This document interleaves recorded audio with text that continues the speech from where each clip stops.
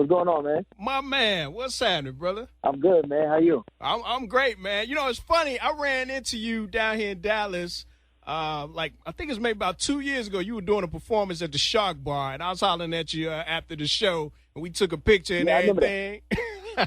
Yeah. Yeah, and I posted it up online for everybody to see today, man. So it's good to have you on the show. Okay, that's what's up. Yeah, man. So you're on Unsung tonight, man. I know you got to be geeked up for it, man. Yeah, you know, it's exciting, it's humbling. You know, to be able to tell your story and maybe help somebody else. That's definitely something to be excited about. Yeah, man. And when they told me they were doing one on you, I was like, oh, I got to be in that one because I've been in several of them. And I'm like, yeah, I got to get in case. Because see, you started out, at least you became known to the public in 1996, and that was right same time when I started doing radio professionally in Chicago, and that Touch Me, Tease Me was one of the hottest songs out. So I'm like, your whole career kind of followed right along with mine. So I'm like, oh, yeah, I got to be in the Case episode. Right, and here we are, and here we are on Unsung. So exactly. Yeah, that works. Yeah. You know, let me ask you, I know one thing that was real big in the 90s and early 2000s was movie soundtracks. And you had several different hits that were on soundtrack, Touch Me, Tease Me being the first, not only on Nutty Professor, but it was the first song on there. How does that process generally work back then? Was it like you already had the song ready to go for your album, and they said, hey, let's put this on the soundtrack? Or did they ask you to do the song specifically for the movie soundtrack? Nah, actually the way it was the song would be done already. And basically, the reason for putting it on the soundtrack was because you get to use the movie company money for promotion, to promote the song. So it's a win. You save your money and use the movie company's money. Is why we used to do it like that a lot. Oh, okay. Yeah, well, you did that several times, so that was a good move. Good move. Now, also, when you came out, a lot of people felt like you had the hip-hop flavor and all of that, but you were a real singer. And when you teamed up with Joe for the Faded Pictures, which was also on the soundtrack to Rush Hour, I think that was the first chance a lot of people got to really see your skills as a singer. How did that whole collabo come about with you and Joe?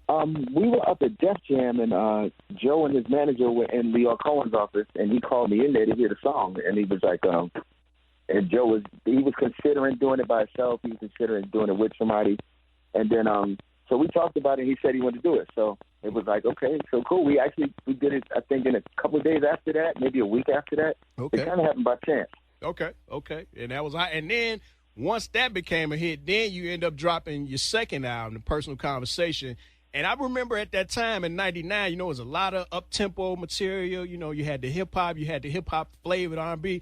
But I remember that Happily Ever After, man, it was kind of like totally against the grain because there was a lot of kind of sexual stuff going on in the lyrics for most of the songs. But you came with some total romance, man. You just totally went against the grain, man. Why did you decide to go in that direction at that particular time? Well, for one, I always feel like love is something that'll never die. Like, you can sing about sex, which is fine, because, I do that too.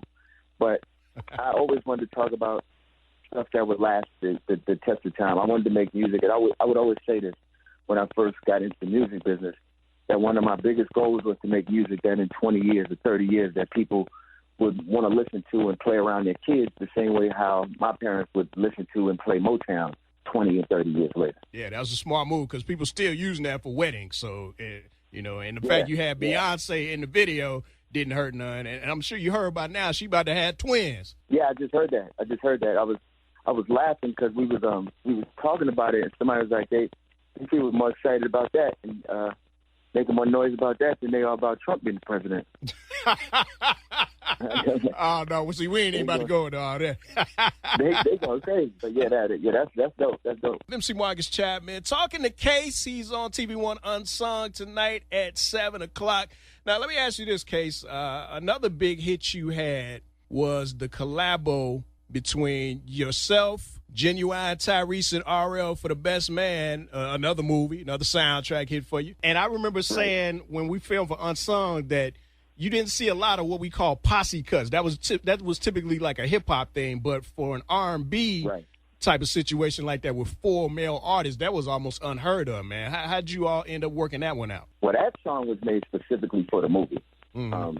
Jimmy Jam and Terry Lewis had they were doing the song, and then I guess they picked who they wanted to be on the record, and I was fortunate enough to be somebody that they picked, and that was definitely one of the highlights of my career is to be able to work with them and be in the studio and pick their brain and get advice from them and things like that. Well, hey, it was a hot collabo, man. It definitely worked overall. And then you had the biggest hit out of all the ones you had, Miss You. And I told you when you came down here, Dallas, I put out 2 books. I had like my 500 all-time favorite songs, and Missing You ended up being number 15 in the whole thing, man, because that was a radio personality's dream, dog. I mean, just the whole setup of it, man. Just how was it to actually end up being number one? Because you had hits before that, but when you number one, that's a whole different feeling right there. Yeah, and what was crazy about it is that all of the other songs that we thought were going to go number one, there was always a huge record in the way. Like when Touch Me, Tease Me came out, the reason it didn't go number one is because the Crossroads was number one, and the Crossroads wasn't going nowhere. Yeah, Bone Thugs, that was big. Yeah, that wasn't going nowhere.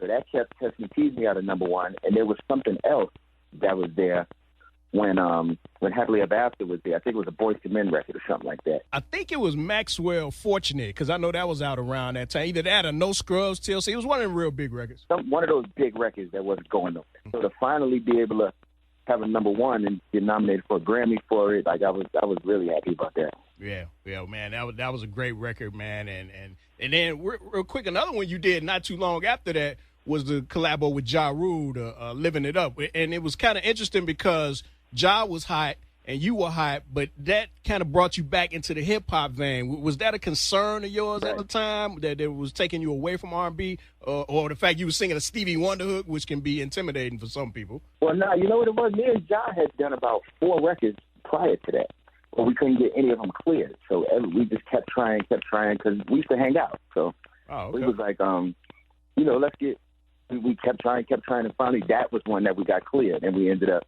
And matter of fact, I did that record, I think the day before I did Missing You, and both of them got nominated for Grammys.